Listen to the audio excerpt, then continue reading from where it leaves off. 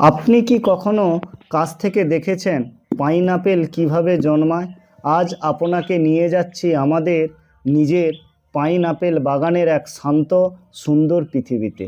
প্রকৃতির মাঝে সবুজ পাতার নিচে লুকিয়ে থাকে এই মিষ্টি ফল পাইনাপেল, যেটা শুধু ফল না, একটা পরিশ্রম আর যত্নের গল্প।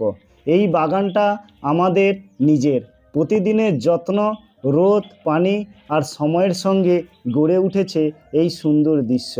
একটা পাইনাপেল বড় হতে প্রায় 18 থেকে 24 মাস সময় লাগে। ভাবুন কতটা ধৈর্য আর ভালোবাসা লাগে। প্রকৃতির এই শান্ত পরিবেশ মনের সব স্ট্রেস দূর করে দেয়।